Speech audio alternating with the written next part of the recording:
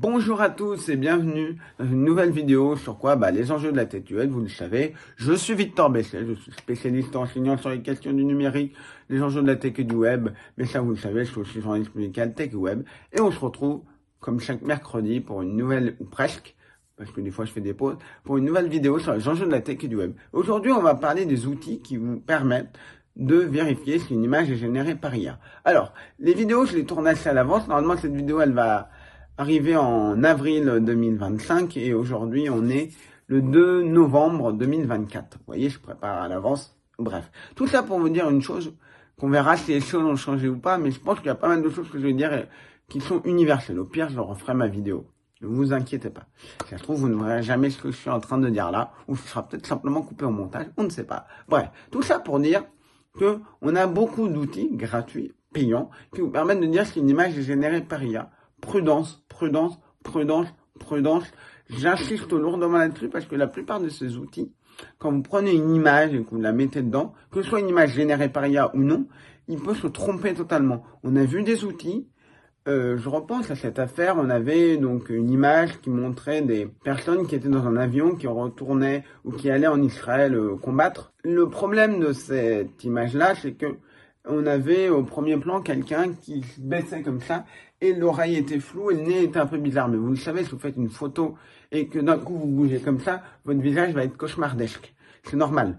Et un journal indien a dit attention, cette image, elle est fausse. Et moi, je l'ai analysé l'image et je voyais trop de choses bien faites à l'époque et même encore aujourd'hui, ce sera encore aujourd'hui le cas, puisqu'on devait être en novembre ou décembre 2023, oui, voilà. Et donc, je vois trop de choses qui, voilà, au fond, quelqu'un avait créé un t-shirt Arizona.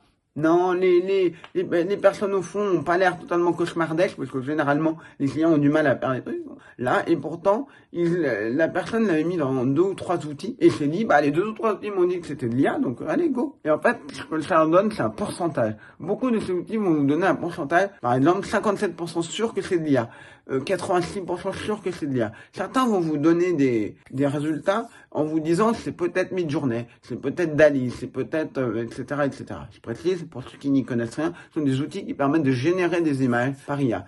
Et le problème, c'est que c'est bien, mais déjà ça peut se tromper en vous donnant l'outil utilisé IA et ça peut tout simplement se tromper sur des images. Comment j'ai vérifié ? Je voyais donc cette image de gens qui étaient dans l'avion, je suis allé chercher d'autres images, dans des banques d'images, je les ai prises, je les ai mis dans les outils qui avaient été utilisés par les journalistes. Et en fait, les images qui étaient clairement pas de l'IA, puisque je suis allé sur des banques d'images et j'ai vérifié que c'est pas de l'IA, parce que malheureusement sur les banques d'images, vous avez des images générées par IA.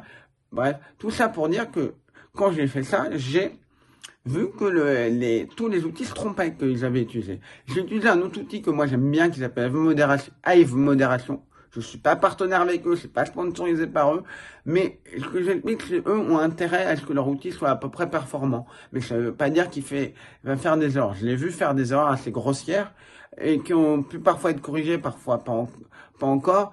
Et en fait, le principe, Hive Modération, c'est un outil qui est là, soi-disant, je ne sais pas ce que ça vaut, pour dire attention, dans cette image, il y a un pistolet, attention, il y a un truc dans ce truc, vous avez interdit tel type d'image, voilà. Et donc, moi, je suis capable de le reconnaître immédiatement. Donc, ils ont intérêt à ce que leur vitrine de dire, est-ce que cette image est générée par IA, est-ce que ce texte est généré par IA, est-ce que cette vidéo est générée par IA, marche à peu près. Je n'ai testé que l'outil d'image. Le reste, je peux pas vous dire si c'est performant ou pas. Est-ce que si je fais écrire un texte par GPT qui, rappelle, est un outil d'intelligence artificielle, et je le mets dedans, l'outil de vérification de texte, est-ce qu'il est capable de le reconnaître? J'en ai aucune idée. Mais, je le redis, c'est pas parce que j'ai l'outil où j'ai lequel j'ai le plus confiance, c'est Hive Modération. Ça veut pas dire que je vais prendre aveuglément le résultat. Je vais faire attention. Pour moi, ces outils-là, tous ces outils, c'est des béquilles. Si vous les utilisez comme 10 outils m'ont dit que c'était de l'IA, non, non, non. Même si vous me dites à 99%, il faut trouver d'autres éléments, d'autres indices. Ça peut être des indices qui prouvent que c'est pas de l'IA ou des indices qui prouvent que c'est de l'IA. Comment? Ça peut être dans l'image directement, un truc qui est trop bien fait pour que ce soit de l'IA, un truc bizarre, par exemple dans les mains, un truc bizarre, même si, je le dis souvent, ces choses-là vont évoluer et vont s'améliorer.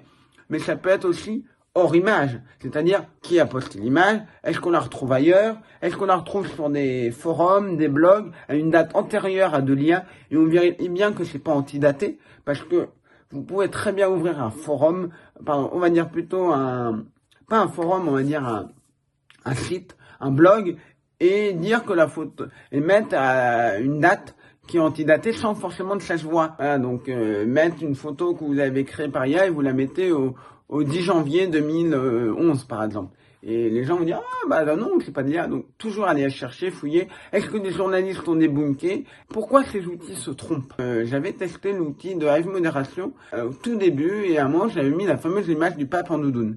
Il a été incapable de me trouver que c'était de l'IA. Puis après quelques jours ou quelques semaines après, ça a changé. J'ai gardé les captures d'écran.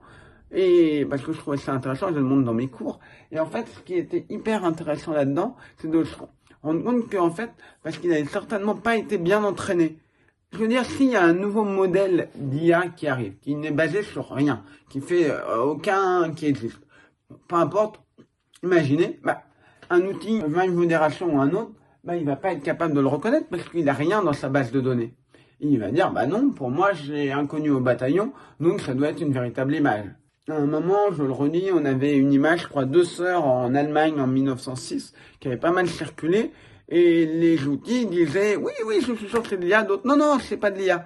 Donc là, on était un peu coincé sur toute l'image, il y avait, à première vue, pas tant de défauts que ça, il fallait vraiment bien regarder, on voit qu'il y avait des trucs quand même un peu bizarres dans les mains. Et même si 10 vous disent, oui, c'est de l'IA, non, c'est pas de l'IA, toujours revérifier, aller chercher des indices, aller chercher des choses, c'est extrêmement important. Je sais qu'on est confronté à des millions d'images, mais soyez prudents. Un autre dernier conseil, si vous voyez par exemple une image à la plus ancienne qui est partagée par une page Facebook, regardez si la page Facebook ne partage pas que des trucs générés par IA. Ça va se voir. Pourquoi ça va se voir? Parce que plus vous allez avoir d'images, plus vous allez avoir d'erreurs, de choses bizarres. Et certaines pages, malheureusement, d'histoire qui partageaient des véritables images vont en partager. Donc faites très très attention à vous.